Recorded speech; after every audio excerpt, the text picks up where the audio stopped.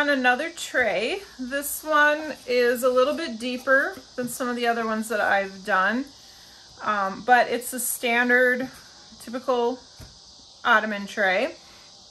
And I'm going to be doing it in shades of pink and gold.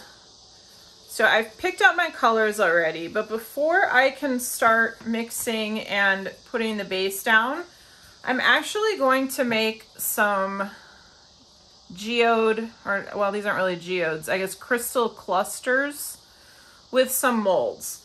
And I got these molds from Juilliard on Etsy. I'll put the link in the description. But I want to make a couple clusters that I can put in here. And I've decided I want these to be in shades of pink, almost like rose quartz. If you've seen rose quartz crystal, that's kind of what I'm going for with this. So I've decided that I'm going to use the same pink and white that I'm going to use on the tray for the crystal, but I'm going to make it a little more transparent versus the tray, which is going to be opaque. So I'm going to mix up my resin and get the colors put into it, and then I'll be back to pour these.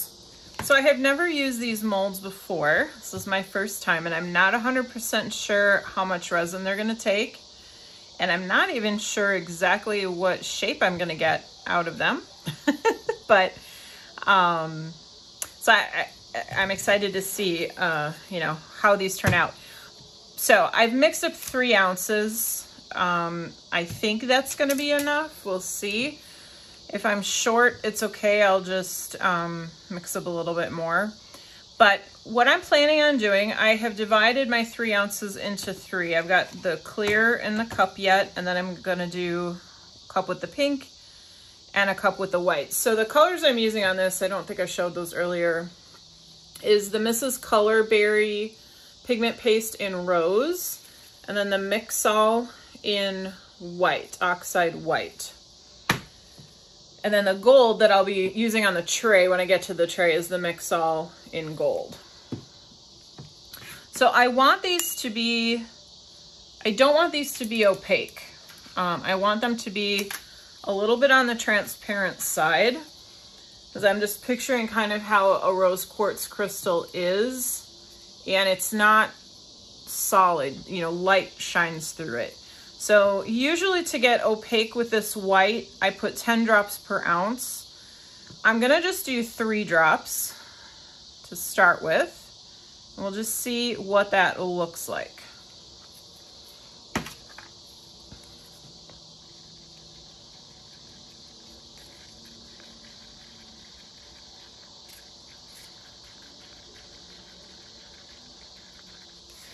I don't want it to be a very strong white because I don't want it to take over everything.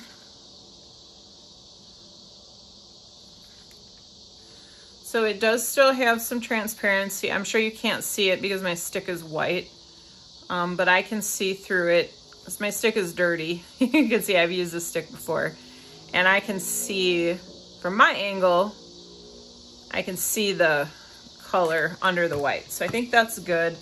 In retrospect, maybe I should have done 2 drops because it might be just a touch too white, but we'll see. All right, then with this Mrs. Colorberry, this doesn't really come out in drops, so I'm just gonna squeeze just the tiniest bit on the end of the stick here and mix that in.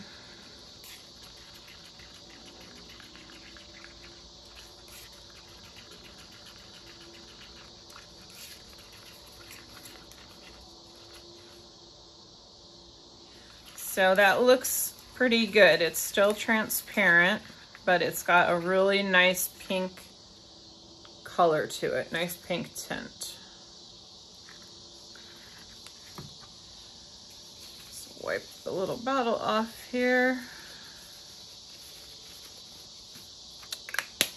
All right, so now what I'm gonna do is actually pour these into the clear, and I'm gonna give it a very, very gentle stir. I'm not going to try to blend the colors together.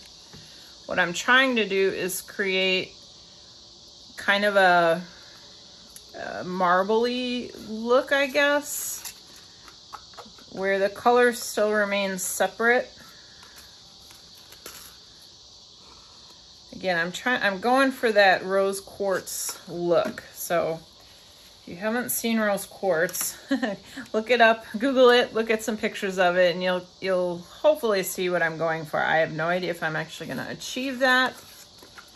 That's what I'm trying to create here.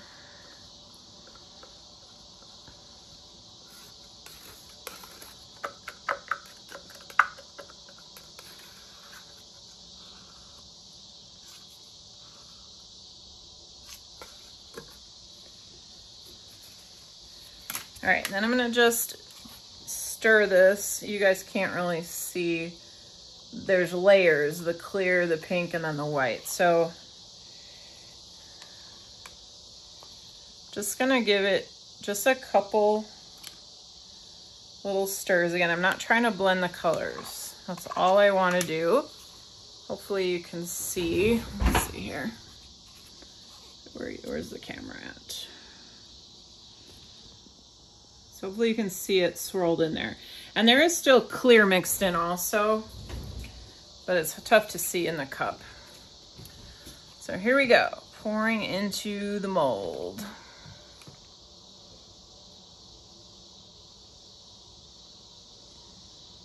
There's a lot of little nooks and crannies here.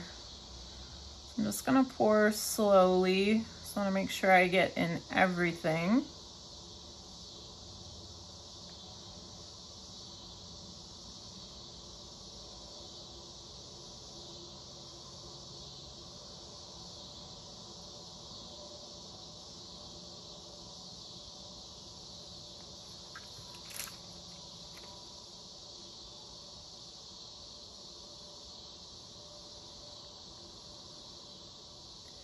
So far, I really like what the color looks like.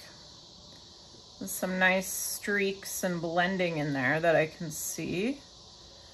The ultimate test is what is it gonna cure like as the colors blend together and settle.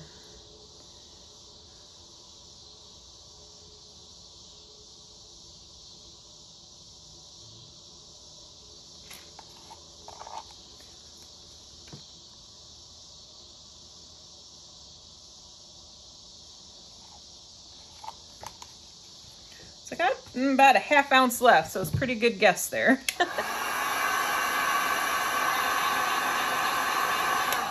All right, so now with these molds where they're kind of deep and have all these little places for air bubbles to hide, I like to just kind of squeeze them and pinch the air bubbles out.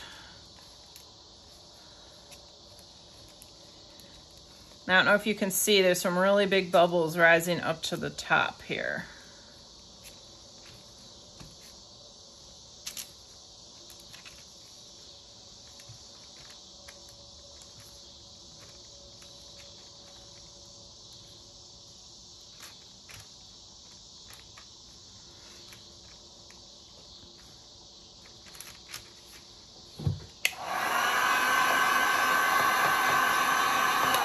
All right, so I'm gonna let these cure overnight. I'll probably come back a couple more times and pinch them like this just to help those bubbles keep rising.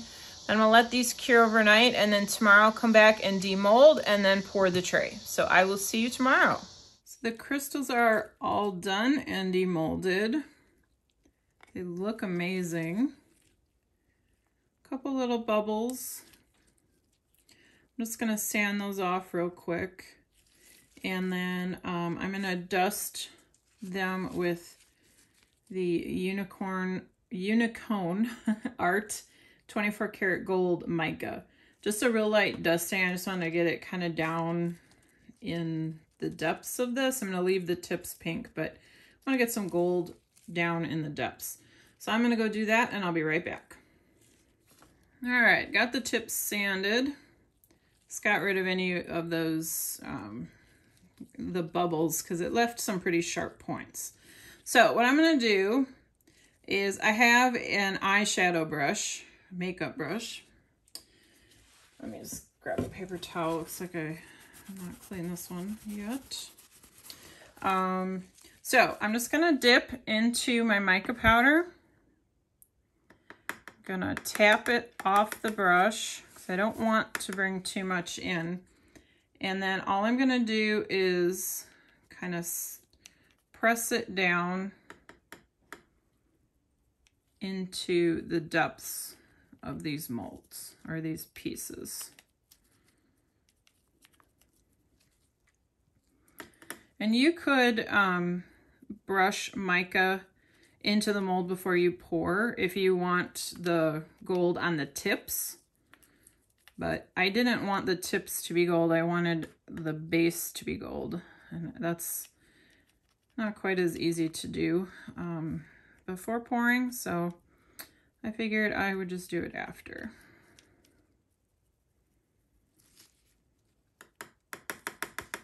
Oh, I'm sorry if I'm out of frame. I'm trying to watch what I'm doing and I'm not looking at the camera.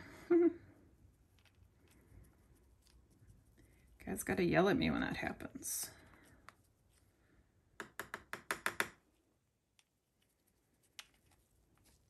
I'm not trying to be perfect with this. I'm doing it very randomly.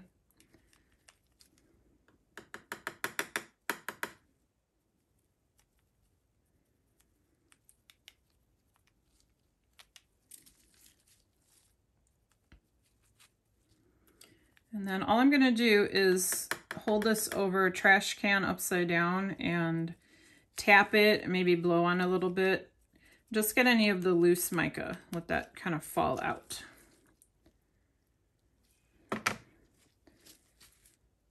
Other one, well, this one has, the crystals are much smaller. Let's see if I can even get in there without getting the crystals themselves.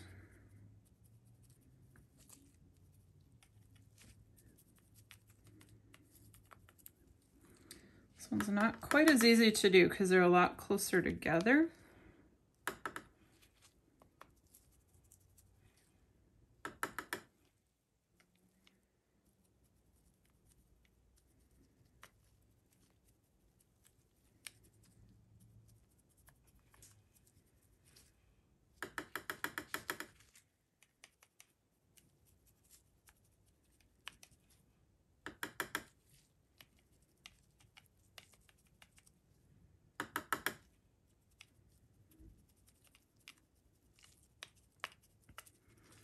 I kind of like that they both look very different from each other though.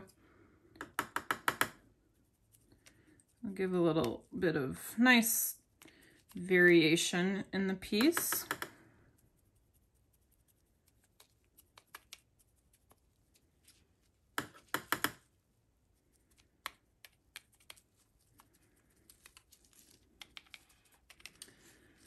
All right, just checking to see if I got all the little nooks and crannies. All right, let me go knock these off.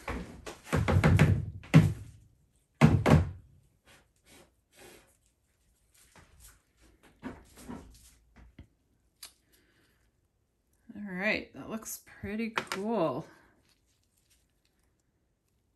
Okay, so these are ready to go. All right, so let me grab the tray and we'll pour the pink and the white onto the tray. Be right back. Resin is all mixed and I am ready to add the colors. So I've divided the resin up. I mixed up 8 ounces total. And I have 2 ounces in this cup, which I'm gonna leave as clear. I have 3.5 in this cup for the white, 2.5 for the pink, and about 1/2 ounce for the gold. And the reason I'm doing more white than pink is this is a very strong pink and it tends to take over when it's mixed in with the white. So I want the white to still have a presence. So I'm doing a little bit more white than pink. Hopefully that works. And then I'm also mixing some clear in just to give the colors a little bit of a separation. I've done this type of a blend. I don't really know what it's called, almost like a marbleizing blend, before, and I've had better results when I do it with a little touch of clear. So that's what I'm gonna do. All right, so I'm just taking the tiniest bit of this pink. We'll start with that. These Mrs. Colorberry's colors are quite strong.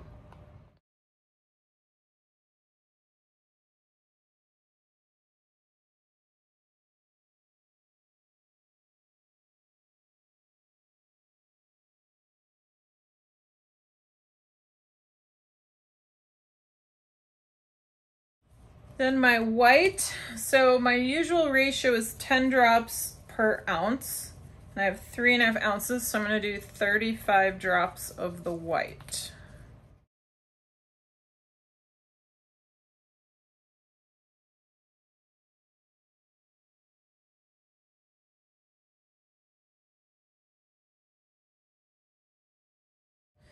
And now the gold.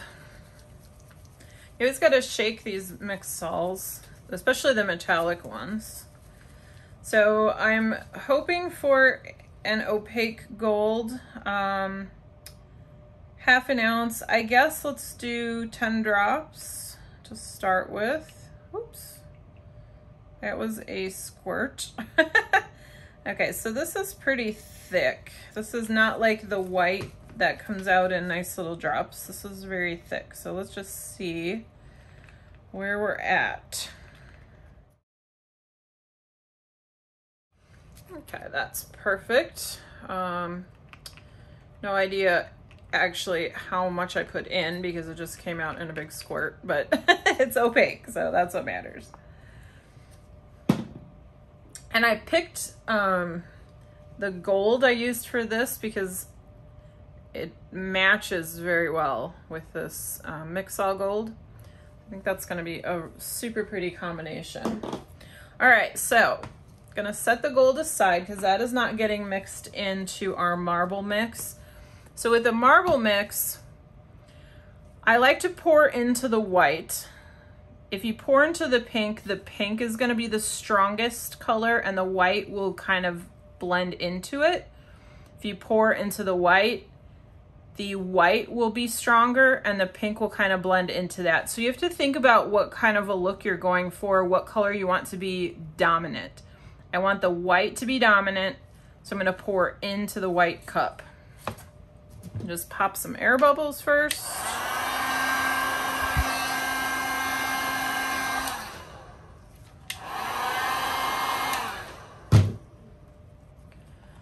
Take my stick out, make sure it's not in the way.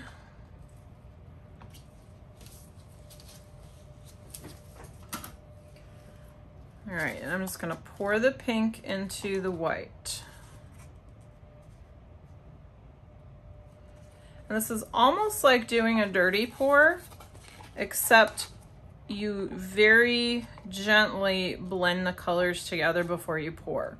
With the dirty pour, you don't do any blending, you just pour everything into one cup and then pour it out. But with this blended, I guess it would be like a blended dirty pour. You do just the tiniest bit of stirring to create that marbleization. Okay, and then the clear. And something about having the clear in there helps to keep the colors separated versus blending too much. Otherwise I would just end up with a light pink. But when you put the clear in there, it kind of helps keep the white and the pink separate. We're still gonna blend a little bit, but not as much as if I didn't have the clear. Okay, then all we do is a little stir.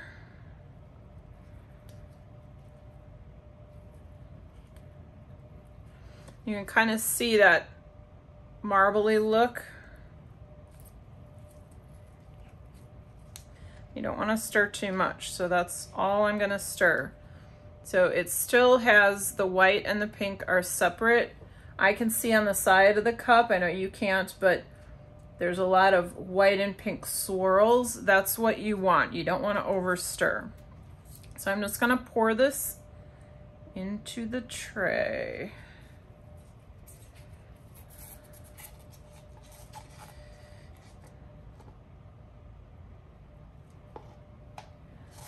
Look at those beautiful lines. And I'm trying not to stir as I get the last of this out. Trying to keep the colors separated.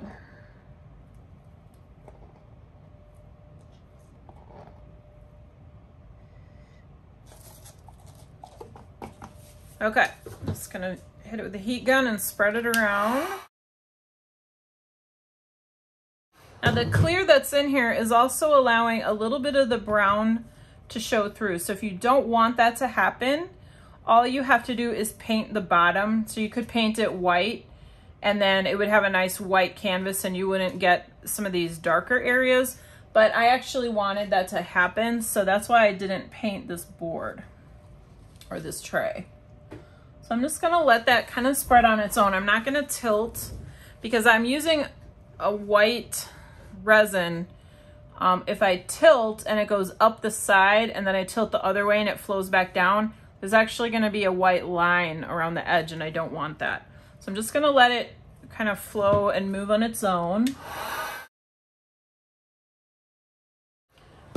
You can help it out with like a toothpick or a little stick, but you know, resin, it is self-leveling, so it's gonna flow pretty good by itself.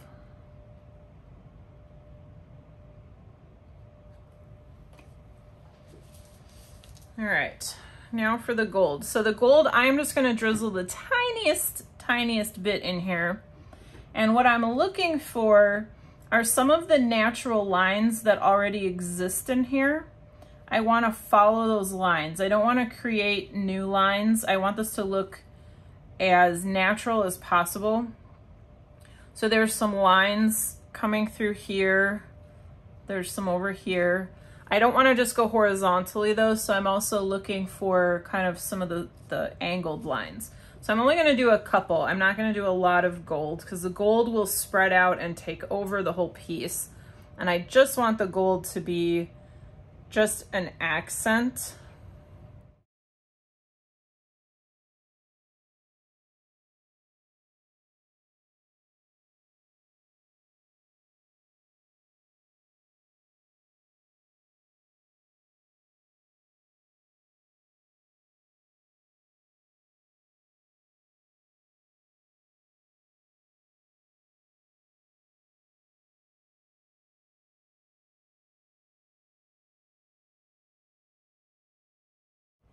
Okay, and then it's near an edge, but not all the way to the edge. I'm just gonna use a toothpick, kind of coax it to the edge.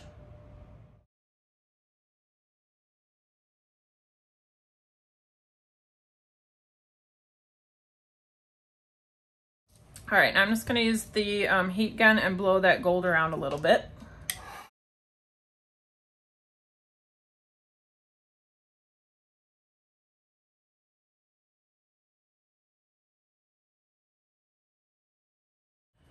All right, and now for the little crystals. So I think I'm gonna put one in the diagonal corners.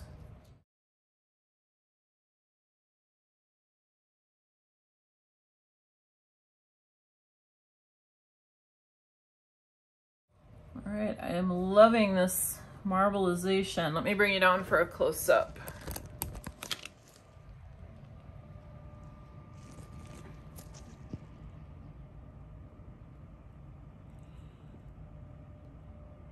Sorry about that glare. Let me turn off my lamp.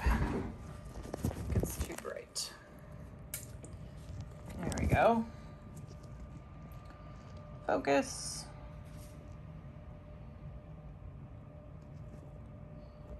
So you can see all the beautiful lacing and cells that are going on. That is from the Mixol. That Mixol white creates just the most amazing reactions.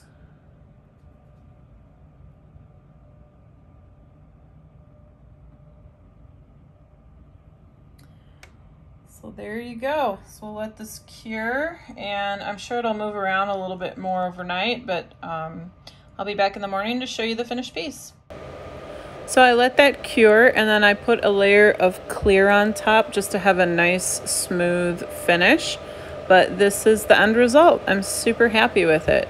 So if you thought this tutorial was helpful, why don't you go ahead and subscribe to the channel and make sure you click the little bell so you get notified whenever I post a new video.